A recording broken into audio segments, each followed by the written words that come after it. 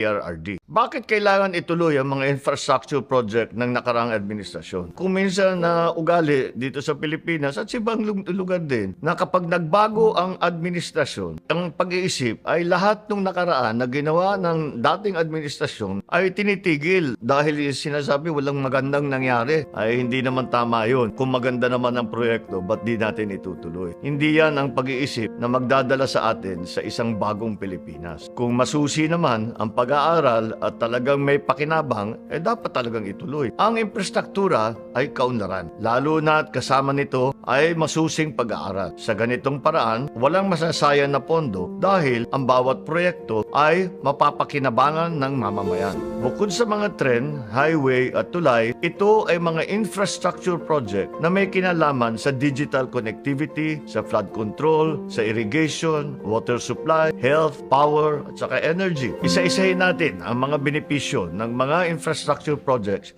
na ito nga infrastructure project na ito ay magdadala ng mas maraming hanap buhay para sa ating manggagawa, sa ating mga laborer, sa ating mga skilled workers. Noong pandemic ay mahigit 1.4 million jobs ang naibigay ng infrastructure project sa atin. Ito ay karagdagang 1.4 million na pamilyang Pilipino na may pagkain sa mesa. Kaya't ang pag-aaproba ng 994 projects na ito sa iba't ibang bahagi ng bansa ay may dala-dala ring milyon-milyong trabaho para sa ating mga kababayan.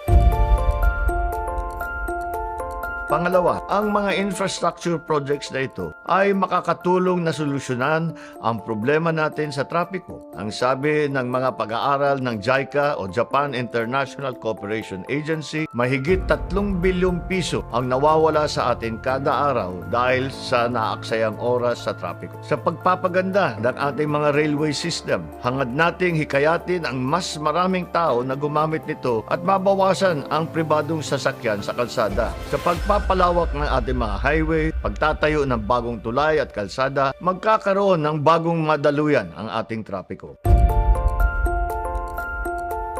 Pangatlo, ito ay makakatulong sa ating food security at pagbaba ng food prices. Sa pamamagitan ng mga infrastructure project para sa ating irrigation system, masisiguro may maasahang sistema ang patubig ang ating mga sakahan. Ang patuloy ring pagpaparami ng mga farm-to-market road ay magbibigay ng mas maraming oportunidad para sa ating mga magsasaka. Ito ay mga bagay na maaaring makakapagbaba ng presyo ng bilihin mula sa ating mga bukid.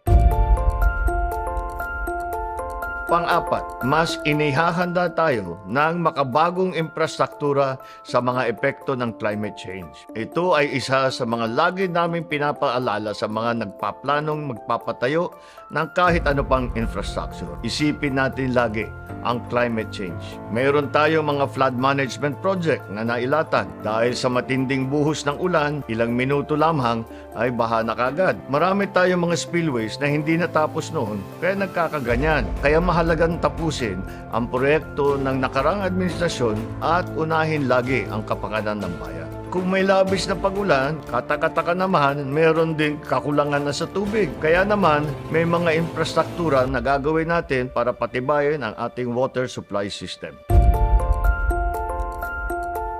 Panglima, ang mga infrastructure projects na ito ay susi para sa magtagumpay ang hangad natin digitalization ng ating bansa. Sa panahon ng internet ay mahalagang bahagi ng araw-araw na pamumuhay. Ito ay lalong magbibigay ng kabuhayan at oportunidad sa bansa nating puro isla. Ito ang magiging tulay na magbubuklod sa atin sambayanan. It should connect markets and involve more people in the digital economy. Hindi lang pang local kundi sa global market din. Pang-anim, upang magkaroon ng mura, sapat at maaasahang supply ng kuryente. Sa pagtatayo ng iba't ibang energy infrastructure gaya ng power plant, magkakaroon tayo ng mas maraming pagkukuhanan ng kuryente. Layon ding marating ang mga lugar na wala pang ilaw bilang ating patuloy na misyon na makamit ang 100% electrification ng buong Pilipinas. Pampito, mahalaga ang bagong infrastruktura para mapalago natin ang turismo. Sari-saring mga paliparan ang nakatakdang gawin. Sa pamamagitan nito, magkakaroon ng mas maraming pagkakataon ang mas maraming probinsya sa ating bansa. Napakarami po nating mga magagandang lugar at kailangan lang ay gawin nating accessible at tiyak ay dadayuhin tayo ng ating mga turista. Yan ang magdadala ng mas maraming kabuhayan sa ating mga lalawigan. At panghuli, ang moderno at matibay na infrastruktura ay maghihikayat ng mas maraming investor sa ating bansa. Magandang mga daungan ng barko para sa mga cargo ship, maaasahang energy supply sa andakuman ng bansa, connectivity sa pamamagitan ng mga communication towers, at magandang mga kalye at paliparan upang maging accessible ang mga bawat lugar. Yan ang mga hinahanap ng mga investor na nais magsimula ng negosyo sa ating bansa. Ito pong mga negosyanteng ito ay magdadala ng daang-daang libong mga trabaho para sa atin at bilyong-bilyong kita para sa bansa.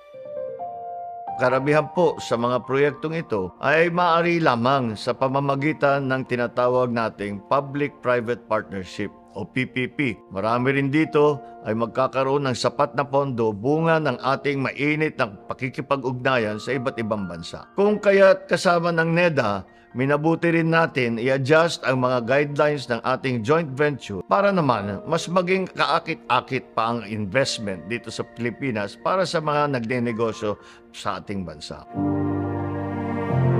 Ang infrastruktura ay kaunlaran. Dala-dala ay mga benepisyo magpapaganda di lang ng ekonomiya kung hindi ang antas ng kalidad ng pamumuhay ng bawat Pilipino. Ipagbubuklod ang sambayanan, pisikal man o digital, gagawa ng paraan. Ang matibay, moderno at dekalidad na infrastruktura ay daang tungo sa isang bagong Pilipinas.